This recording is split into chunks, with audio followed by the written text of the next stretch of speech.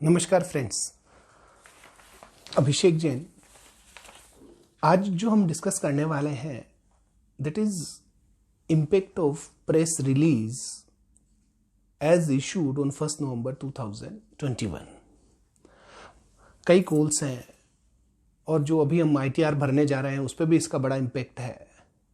मैं बात कर रहा हूं, शायद आप सही समझ रहे हैं, एनुअल इंफॉर्मेशन स्टेटमेंट की।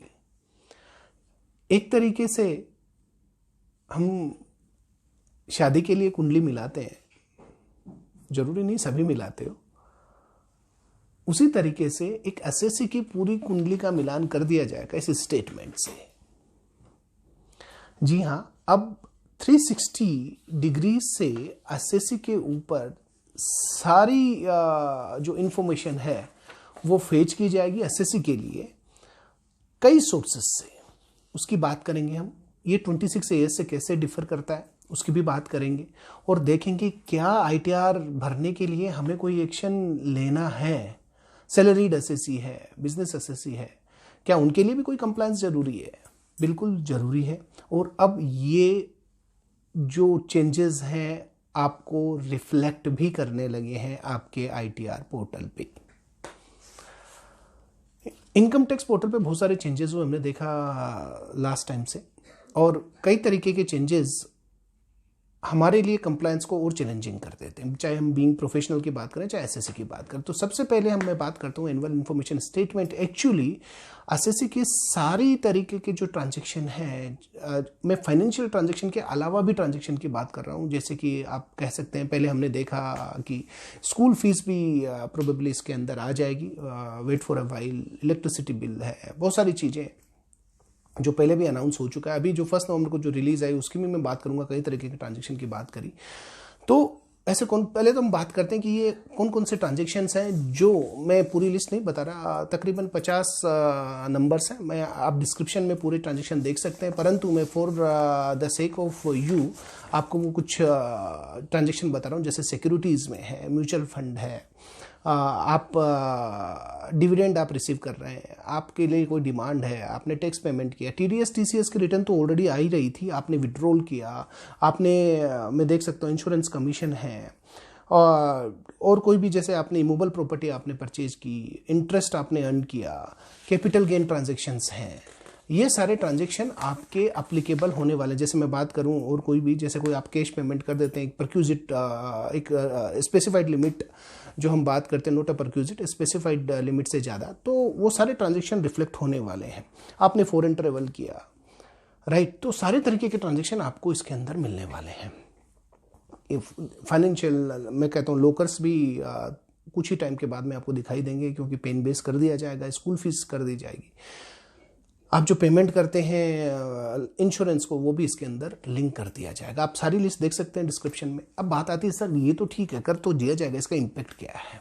इम्पैक्ट ये है, आप जब रिटर्न फाइल करने जा रहे हैं तो सबसे पहले जो 26 AS होता था that is different from it. उसके अंदर एक लिमिटेड इंफॉर्मेशन आती थी TDS TCS रिफंड की। अब आपकी डिमांड, रिफंड, सब कुछ ट्रांजेक्शन जो मैंने बात की वो सारे आपको एनुअल इंफॉर्मेशन स्टेटमेंट में दिखाई देंगे। ये एनुअल इंफॉर्मेशन स्टेटमेंट आपको, जैसे आप लॉगिन करेंगे, सर्विस की टेब में जाएंगे तो आपको नीचे एनुअल इंफॉर्मेशन स्टेटमेंट, लास्ट का ऑप्शन अभी आ रहा है, पता नहीं चेंजेस हो जाए तो, अभी तो यही ऑप्शन आ रहा है। जैसे आप क्लिक करेंगे आपको एक इनसाइट पोर्टल पे, अलग पोर्टल पे रीडायरेक्ट कर दिया जाएगा। वहां पे फिर आपको दिखाई देगा, आपको टेब दिखाई देगी AIS की एनुअल इंफॉर्मेशन स्टेटमेंट की। पहली टेब इंस्ट्रक्शन, दूसरा AIS, तीसरा हिस्ट्री। इंस्ट्रक्शन के अंदर आपको बताया कि आप जावा यूटिलिटी डाउनलोड कर सकते हैं, आप यूटिलिटी के थ्रू भी फीडबैक दे सकते हैं।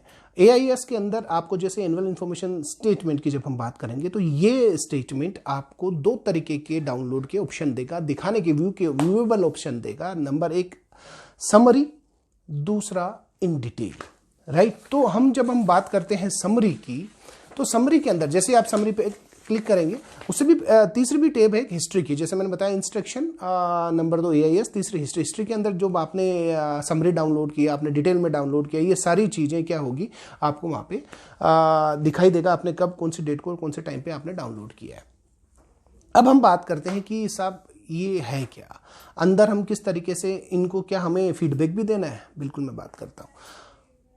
नंबर एक, समरी आप डाउनलोड कर सकते हैं। समरी में क्या होगा, जैसे आपको 10 डिविडेंड मिल तो डिविडेंड का रो आएगा, डिविडेंड के अंदर आपको टोटल डिविडेंड दिखाई देगा। आपने आपकी और कोई इनकम है, प्रोफेशनल इनकम है, तो उसकी एक टेप दिखाई देगी। बट जब आप एनुअल इन्फॉर्मेशन स्टेटमेंट डिटेल वाला डाउनलोड करेंगे, उसके अंदर आपको डिटेल्स के अंदर सारी चीज़ें दिखाई देगी, राइट। आप देख सकते हैं जीएसटी के टर्नओवर भी उसमें दिखाई देता है, आपस में इंटरलिंक है। अब बात आती है कि ये इंफॉर्मेशन का हमें करना क्या, दिखाई तो दे रही है सर। अब मेन चीज यही है, पहले 26 से इसमें एक तरीके से हम कह सकते हैं वन साइडेड एक इंफॉर्मेशन। अब हमारी ये वन साइडेड नहीं है, टू वे कम्युनिकेशन होगा। माइंडेड, ये टू वे कम्युनिकेशन होगा। आपके यहाँ पे दो तरीके की वैल्यू दिखाई देगी, एक तो होगी रिपोर्टेड वैल्यू, एक होगी मॉडिफाइड वैल्यू। रिपोर्टेड वैल्यू वो वैल्यू है जो कि रिपोर्ट की जाएगी इनकम टैक्स को, और इनकम टैक्स हमें यहाँ पे शो करेगा, जो आपको बाय डिफॉल्ट वैल्यू दिखाई देगी। जैसे डिविडेंड आपका आ रहा है जी 100 रुपए, लेट्स अज्यूम, तो ये है रिपोर्टेड। अब ये रिपोर्टेड वैल्यू के बेसिस क्या है, सोर्सेस क्या है, ये मैं आपको थोड़ा सा मैं बता देता हूं। इनके बेसिस सोर्सेस क्या है, देखिए आप, नंबर एक टीडीएस टीसीएस जो काटता है वो रिटर्न भरता है, नंबर एक वो सोर्सेस। नंबर दो एसएफटी। मेरे से कई बार पूछा जाता है कि सर ये इन्फॉर्मेशन आती कहाँ से है। जो प्रोफेशनल है वो सभी जानते हैं, डिपार्टमेंट को पता कैसे लगता है। क्या कोई इन्होंने भी मुखबिर जो बोलते हैं कि सूचना देने वाला कहीं पे बैठा रखा है क्या, इतने सारे सूचना देने वाले आएंगे कहाँ से, ऐसा नहीं है। अब क्या, वो एक तरीके से देखा जाए तो वो मुखबिरी है, वो इनके हम कह सकते हैं जो पुरानी फिल्मों में आते थे गुप्तचर, जो बताते थे कि भैया ये होने वाला है। अब हम आपस में एक दूसरे की इंफॉर्मेशन शेयर करेंगे, जैसे कि एसएफटी स्टेटमेंट फाइनेंशियल ट्रांजेक्शन आप जानते हैं पहले से ही एप्लीकेबल है। अब तो शेयर्स के ट्रांजेक्शन, अब सारी चीज़ें आप उसके अंदर देख सकते हैं, अब कुछ छुप नहीं सकता। कई बार पहले एसएससी क्या करते थे कि भाई शेयर में ट्रांजैक्शन किया, नहीं दिखाते थे, चल जाता था, नहीं पता लगता था। अब ऐसा कुछ नहीं होने वाला, आप समझिएगा। अभी क्या होने वाला है, अभी सिंपल सा एसएफटी का मतलब क्या होता है कि पर्टिकुलर ड्यूटी दी गई है स्पेसिफाइड। मेरा एसएफटी पे बहुत पहले मैंने वीडियो भी डाला था, आप चाहे तो ऊपर जाके लिंक पे देख सकते हैं। एसएफटी में क्या है कि कुछ इंफॉर्मेशन को फीड करने की जिम्मेदारी अलग अलग इंस्टीट्यूशंस को, जैसे बैंकों का जी, अगर आपका कोई 10 लाख से ऊपर एफडी बनाए तो आप उसकी इन्फॉर्मेशन हमें देंगे। एक एग्जांपल, 30 लाख से ऊपर रिमूवेबल प्रॉपर्टी अगर कोई खरीदता है तो रजिस्ट्रार को बोल दिया कि भैया आप उसकी इन्फॉर्मेशन पेन के साथ में हमें देंगे। इस तरीके से अलग अलग तरीके से इन्फॉर्मेशन एसएफटी के थ्रू इकट्ठा की जाती है। तीसरा आता है आप जैसे पेमेंट करते हो टैक्स का, वो रिफ्लेक्ट होगा। और चौथा आता है डिमांड, आप कह सकते हैं रिफंड। कोई भी डिमांड आपकी डिपार्टमेंट ने डाल दी और रिफंड डाल दिया तो वो आ गया। और लास्ट है अदर इन्फॉर्मेशन। इसका जो बोलते हैं एरिया बहुत बड़ा, वाइड है। अब जैसे जीएसटी या आप फॉरेन ट्रांजैक्शन कर रहे हैं तो वहाँ से कुछ इन्फॉर्मेशन आ गई, आपको जीएसटी डिपार्टमेंट ने, income tax department director IT को दिया कि भैया ये अपलोड करना है। बहुत सारी इन्फॉर्मेशन है। लोकर्स की जो मैं बात कर रहा था, अभी कोई ऐसे ट्रांजैक्शन नहीं आए, बट माइंड इट, कहीं ना कहीं स्कूल फीस वगैरह ये सब लिंक हो जाएंगे तो वो आ जाएगा। तो आप समझिए सारे ट्रांजैक्शन इस तरीके से फीड होते हैं। फीड हो गए, अब हमें क्या करना है, मैंने आपको बताया, एक तो रिपोर्टेड वैल्यू, एक modified value. Reported value already department की तरफ से आ रही है, और मॉडिफाइड वैल्यू में हमें ऑप्शन दिया जाएगा, ऑप्शनल है। आप देखिएगा, सपोज करो आपका डिविडेंड आ रहा है पर वो डिविडेंड एग्जैक्ट नहीं है। मेरे पास कई क्वेरीज भी है कि सर शेयर में जो ट्रांजैक्शन किए हैं उस प्राइस पे तो हमने ट्रांजैक्शन ही नहीं किया, तो क्या ऐसे ही जाने दें? बिल्कुल मत जाने देना, दिक्कत हो जाएगी। क्योंकि पता है अगर आप कोई एक्शन नहीं लेते तो वो ट्रांजैक्शन के बेसिस पे ही आपके रिटर्न की क्रॉस चेक किया जाएगा, आपको उसको सही करना है। अब ये एक एडिशनल बर्डन तो है ही है। अब इसको किस तरीके से, देखो अभी शुरुआती है, हो सकता है कि इसको कैसे ठीक किया जाए, let's see over the period of time. तो वहां पे आपको उसको मॉडिफाइड करना पड़ेगा कि साहब ये इन्फॉर्मेशन सही है, मेरा डिविडेंड इतना नहीं था, इतना है, ये मेरा है, आएगा नहीं आएगा, करेक्ट वो मॉडिफाइड वैल्यू आपको डालनी रहेगी। अब इसमें ऑप्शन भी दिया गया कि सर अब मेरा ट्रांजैक्शन ही नहीं है। इसमें कई ऑप्शन आएंगे कि information is incorrect, information is partially correct, denied information, जैसे कई ट्रांजैक्शन होते हैं, information is duplicate, we have shown in other part, ऐसा करके कई ऑप्शन आपको दिखाई देंगे, राइट। तो ये ऑप्शन आपको जब आप मॉडिफाइड करेंगे ये इन्फॉर्मेशन आपको दिखाई देंगे। तो और इसको मॉडिफाइड करना भी जो रीज़न ऐसा इसलिए मैं बोल रहा हूँ, जो आप मॉडिफाइड करेंगे उसी के बेसिस पे क्या है, आप प्री फिल्ड आईटीआर का जो हम डिपार्टमेंट बात कर रहा था फाइनेंस मिनिस्ट्री की, हम एक सपना देख रहे हैं, आपको कुछ नहीं करना, ऑटोमेटिकली लिया जाएगा वो डेटा फेच कहाँ से होगा, एक तो रिपोर्टेड वैल्यू है, अगर आप कुछ नहीं करते तो reported value will be picked, otherwise क्या होगा, अदरवाइज आप जो मॉडिफाइड करेंगे वो मॉडिफाइड वैल्यू पिक कर ली जाएगी और वो पिक करके आपके आईटीआर भरने के लिए कंसिडर कर ली जाएगी।